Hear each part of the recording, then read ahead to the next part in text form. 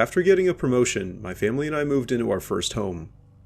It was modest, but to me, my wife, and her 3-month-old daughter, it was perfect. Things went off without a hitch, at least as far as the actual moving in. We learned early on that one of our next door neighbors was a bit reclusive. His name was Marv, and he was older, maybe in his 50s. He actually stood in his driveway the second day we were moving in and hauling boxes, but he didn't offer to help or even say anything. Instead, he just stood there and watched us.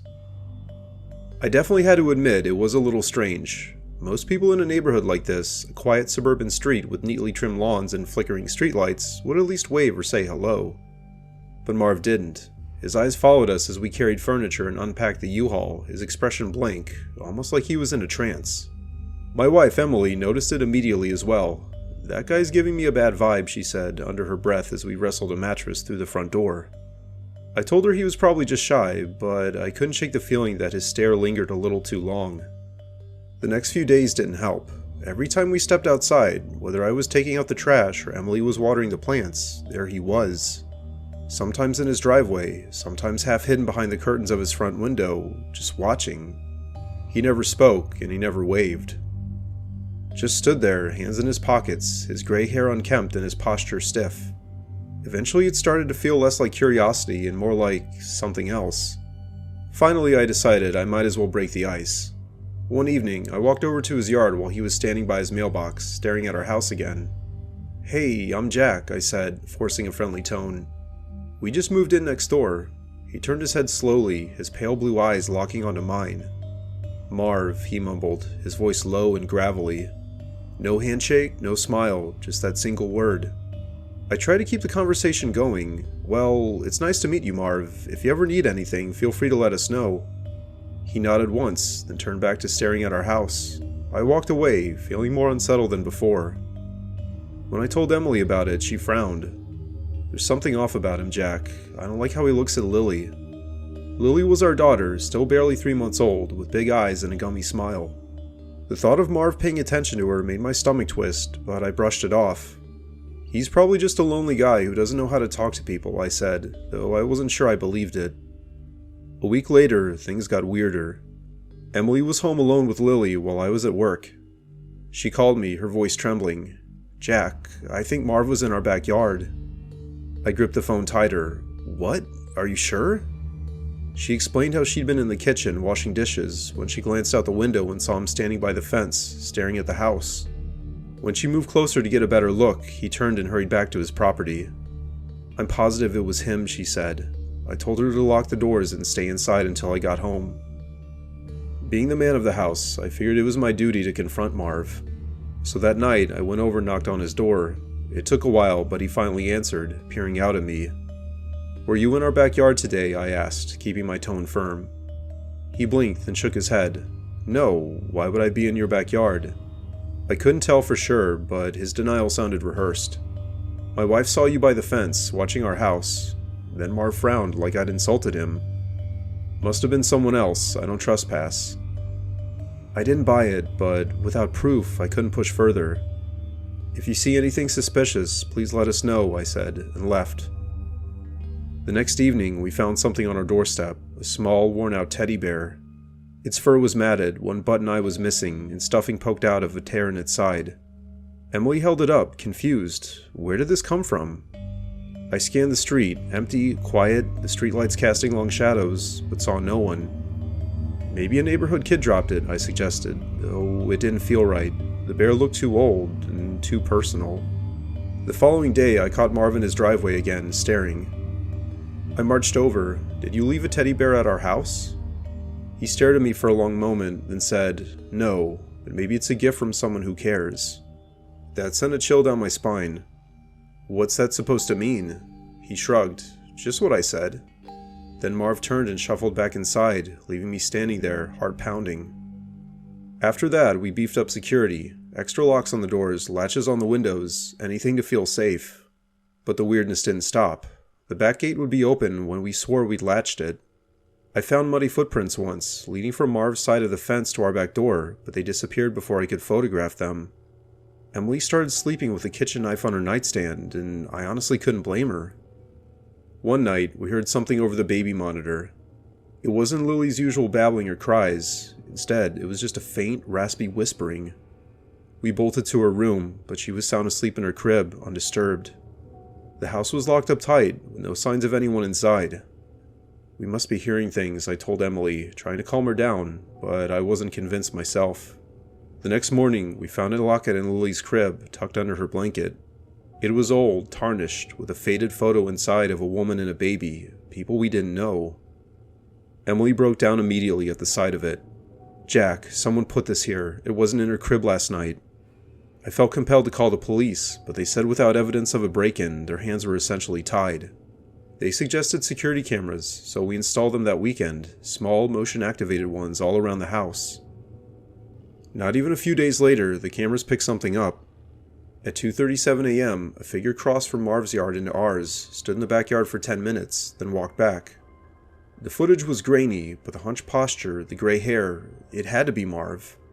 I showed it to the police, and they actually questioned him, but he claimed he was just taking a walk and hadn't stepped onto our property. Since the video didn't show him doing anything illegal, they gave him a warning and left. However, that was the breaking point for us. We couldn't live next to this guy anymore, not with Lily to protect. We started packing and found a new place across town, then planned to move out within the month. But our last night in that house is something I'll never forget. I woke up around 3 a.m. to the sound of the front door creaking open. I immediately grabbed a baseball bat from under the bed and crept downstairs, my pulse racing.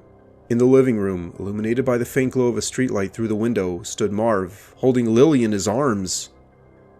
"Put her down," I yelled, raising the bat. He looked at me, his eyes glistening with tears. "She's just like my little girl," he whispered. "I just wanted to see her one last time." I froze, confused. "Your little girl?" He nodded, his voice breaking. "She died, with my wife, car accident 10 years ago.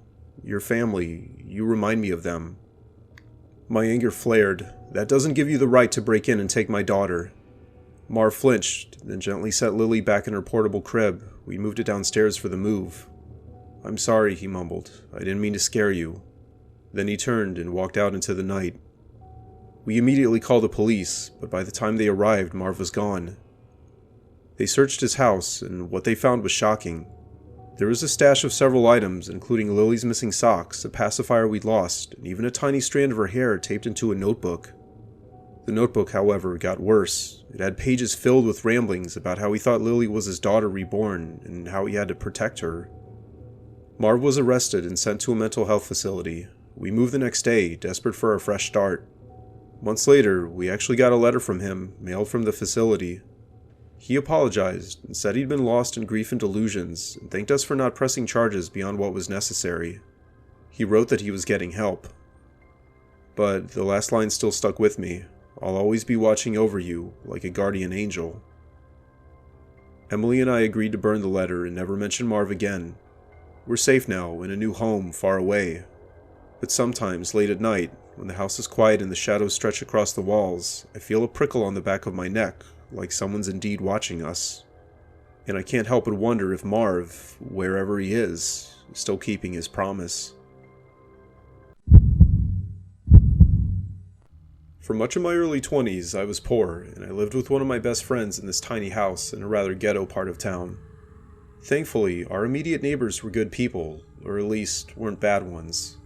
However, after a year, our neighbor on one side moved in with one of his adult kids somewhere, and this random dude named Dylan took his place. Dylan was young, like us, but immediately we knew something was off with him. My friend Rob and I had our theories initially, and he strongly suspected Dylan had mental issues and was abusing substances. That made sense, since some nights we would hear him yelling inside his house, despite living alone. I'm not sure if Dylan was yelling at someone over the phone, but it didn't exactly sound like an argument. Instead, it was more just a deranged rambling. Not wanting to deal with this insane situation, at first we tried to just brush it off. The neighborhood wasn't exactly peaceful to start with frequent sirens, loud music, and shouting. One more weirdo didn't seem like it would make much of a difference, honestly. But Dylan stood out, even in a place like this. He didn't just keep to himself like most oddballs, instead he made his presence known in unsettling ways. One of the first things we noticed besides the yelling was the staring. Rob and I would catch him standing in his front yard, hands at his sides, staring directly at our house. His expression was blank, almost lifeless, but his eyes were fixed on us like he was studying every detail. Sometimes we'd see him late at night, standing under the flickering streetlight, his silhouette barely moving. It was unnerving to say the least, but we told ourselves he was harmless, just a guy with issues, nothing to worry about. Then the noises started. We'd hear banging from his house, like he was hammering something in the middle of the night. Occasionally we'd catch snippets of his yelling through the thin walls. Like before, it wasn't coherent, just disjointed phrases, shouted at no one in particular. "You can't hide," he'd scream, or "I see everything." Rob and I would exchange uneasy glances, but what could we do? Calling the cops for yelling seemed pointless, and confronting him felt risky. However, a few weeks after Dylan moved in, things took a turn for the worse. One morning, I went outside to grab the mail and noticed something odd in our yard, a small pile of rocks arranged in a perfect circle, right in the middle of the grass. I wasn't there the day before, neither Rob nor I had done it. "Kids, maybe?" I suggested, but Rob wasn't convinced. "Kids don't sneak into people's yards at night to play with rocks," he said. "This feels like Dylan." The next day, it was something else, a rusted old pocket knife, half buried in the dirt near our porch.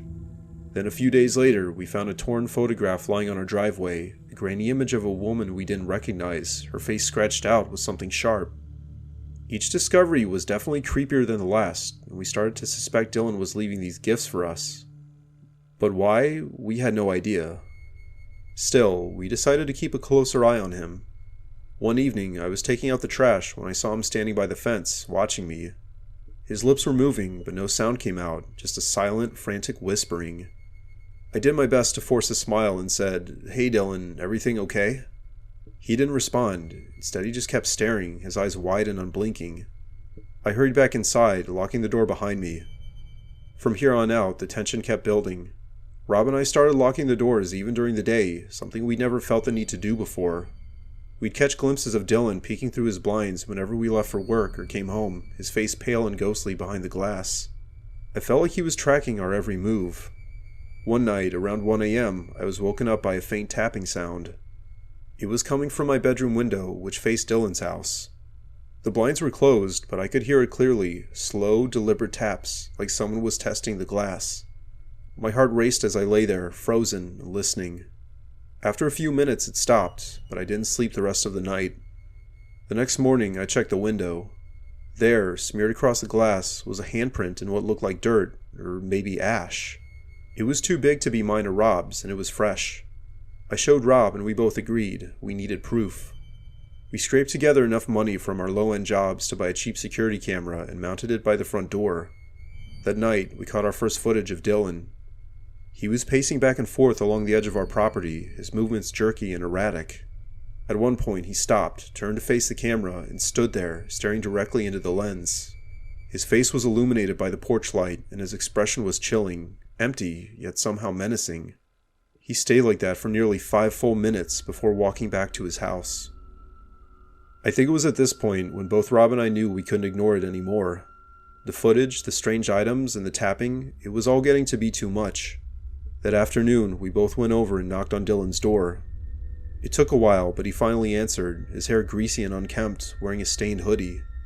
"What?" he asked, his voice low and flat. Rob took the lead. "Look, man, we've been noticing some weird stuff. You've been coming onto our property at night, leaving things in the yard. It's creeping us out, and we'd appreciate it if you'd stop." Dylan's eyes narrowed. For a moment I thought he might snap. But then he smiled, a wide, unnatural grin that didn't quite reach his eyes. "I'm just keeping watch," he said, "making sure everything's safe. You never know who's out there." With that, he slammed the door in our faces. Rob and I exchanged uneasy glances. "He's definitely on something," Rob muttered as we walked back to our house. But I honestly wasn't so sure. There was something deliberate about Dylan's behavior, something that felt more calculated than just a drug-fueled haze. A few days later, I came home from work to find the front door slightly ajar. I knew for a fact that I'd locked it that morning. Rob was already at his shift, and I was always careful about securing the house.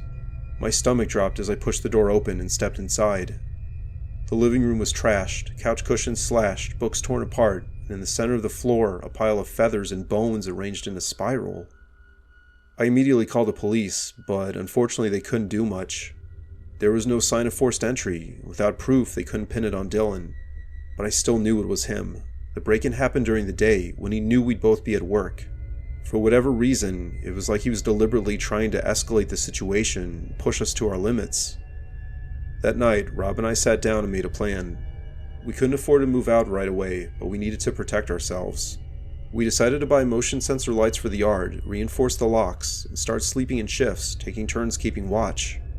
It honestly felt like we were living in a nightmare, but the fear was real. Then, on the final night, it all came to a head. I was on watch, sitting in the dark living room with a baseball bat across my lap, when I heard footsteps outside. I peered through the blinds and saw Dylan walking toward our house, carrying something in his hand. It glinted in the moonlight, and I saw it was a crowbar. My blood ran cold. I grabbed my phone and dialed 911, whispering urgently to the operator. But before I could finish, the front door rattled violently. Dylan was trying to force his way in. I shouted for Rob, who came stumbling out of his room, bleary-eyed but alert. Together, we barricaded the door with a heavy bookshelf, but Dylan was relentless. He started pounding on the windows, his face twisted in rage. "You can't hide," he screamed. "I know what you're planning. I know everything." To be clear, we had no idea what he was talking about, but his words sent chills down my spine. The police arrived just as Dylan shattered a window with a crowbar, his hands bloodied as he tried to climb through. The officers tackled him to the ground, cuffing him as he thrashed and screamed incoherently. In the aftermath, we learned the truth about Dylan. He wasn't just an addict or a mentally ill loner, he was a former psychiatric patient who had escaped from a facility months earlier.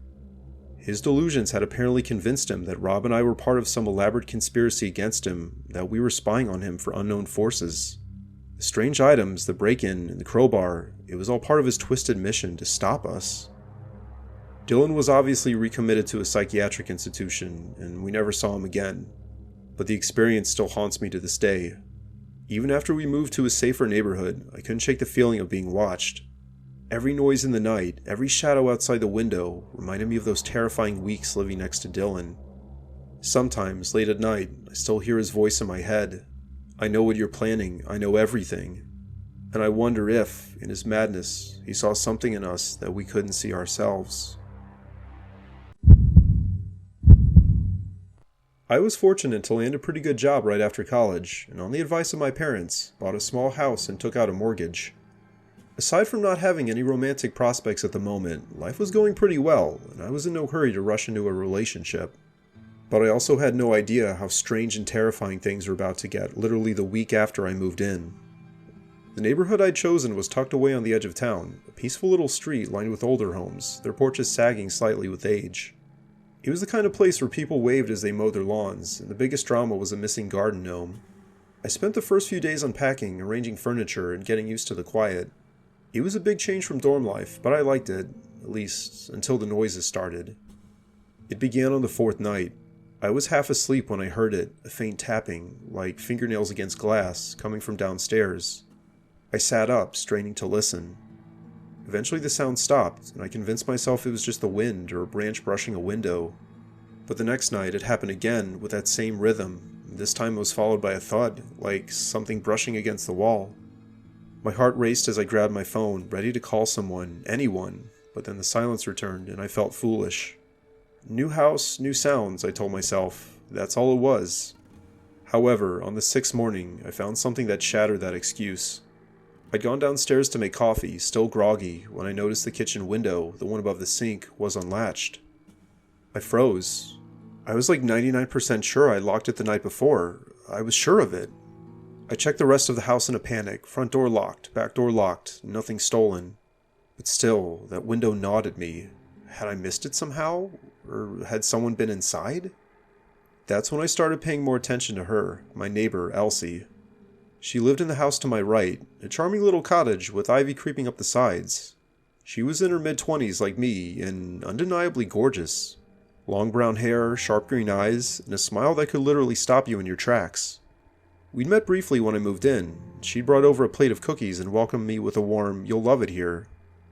But there was also something about her that lingered in my mind, something I just couldn't place. Maybe it was the way she glanced at my house when she thought I wasn't looking, I don't know. Anyway, the noises kept happening, tapping, thuds, and sometimes a faint scrape, and the unlatched window became a regular occurrence. I started double-checking every lock before bed, but it didn't matter. Finally one night I'd had enough. I stayed up, sitting in the dark on my couch with a baseball bat across my lap, waiting. At 1:47 a.m., I heard it, the unmistakable click of the back door's lock being tampered with. My pulse pounded in my ears as I crept toward the kitchen, bat raised. The door eased open, and there she was, Elsie, stepping inside like she owned the place. I flicked on the light. "What the hell are you doing?" Elsie froze, her eyes wide and glassy, like she wasn't fully awake. For a second, she just stared at me, unblinking. Then she turned and bolted out the door. I stood there, shaking, too stunned to chase her. She'd been inside my house. My gorgeous cooking-baking neighbor was breaking in at night. But I had no idea why. She hadn't actually taken anything. She hadn't even seemed aware of me until the light hit her. Either way, the next day I marched over to her house, adrenaline still buzzing. She answered the door in a bathrobe, her hair a mess, looking genuinely confused. "Hey, what's up?" "You broke into my house last night," I said, my voice tight. "I caught you. Don't deny it." Her face went white. "What? No, I was here all night. I didn't..." "I saw you, Elsie. You walked in, stared at me like a zombie, then ran off. What's the deal? Are you stalking me?" I don't know what you're talking about," she stammered, her hands trembling. "I never do that. I must have been asleep, or I don't know. Please, I'm not lying."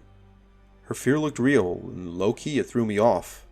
I was expecting denial, maybe anger, but not this raw panic. "If it happens again, I'm calling the cops," I warned, then stormed off, my mind racing. Was she playing with me? Or was something else going on? Determined to get proof, I ordered a cheap security camera online and set it up in the kitchen that night, aimed at the back door. At 3 a.m., my phone buzzed with a motion alert. I opened the app and watched, live, as Elsie slipped inside again. She moved slowly, her expression blank, almost robotic. Like before, she didn't touch anything. She just stood there, swaying slightly, and left after a few minutes. It was creepy as hell, like something out of a horror movie. I saved the footage and went back to her the next morning, phone in hand. "Look at this," I said, playing the video. "Explain it." She watched, her hand flying to her mouth. "My God, that's me. But I don't remember this. I swear, I don't." "You expect me to believe you're sleepwalking into my house every night?" "I don't know what's happening," she cried, tears welling up. "I've woken up in my yard before, or on the porch, but I thought it was stress. I didn't know I'm so sorry." Her breakdown actually hit me pretty hard. She wasn't faking it, at least not that I could tell. I could see genuine terror in her eyes. Against my better judgment, I decided to continue the conversation. "Have you ever seen someone about this? A doctor?" "No," she admitted, wiping her face. "I was too embarrassed. I didn't think it was this bad." I spent the next day researching. Sleepwalking could get weird, but this felt extreme, unlocking doors, crossing yards, entering homes. Then I found it, nocturnal epilepsy. Apparently some people with it had seizures in their sleep that triggered complex behaviors, like wandering, with no memory afterward. The blank stare and the repetitive actions certainly fit in. That evening, I went back to her house. "Elsie, I think you might have epilepsy. There's a type that happens at night and makes you do stuff like this. You need to see a doctor." She blinked at me, processing what I just said. "You think I'm sick?" "It's possible. It would explain what happened." To my relief, she didn't argue. I offered to help and found her a specialist, drove her to her appointments, and sat with her as she got tested. I know we were just neighbors, but after this happened, I feel like I needed to see her through it. A few weeks later, the diagnosis finally came: nocturnal frontal lobe epilepsy. With medication, the nighttime episodes stopped cold. No more break-ins and no more eerie visits. But something else actually started. As we worked through it together, I saw the real Elsie, funny, sharp, and grateful, and she saw me beyond the freaked-out neighbor guy. We started hanging out, first as friends, and then more. A year later, under the ivy on her porch, I proposed, and she said yes. Life is certainly strange. For instance, the woman who once terrified me by breaking into my house at night ended up being the one I'd build a life with. I guess it just goes to show that sometimes the scariest stories have the happiest endings.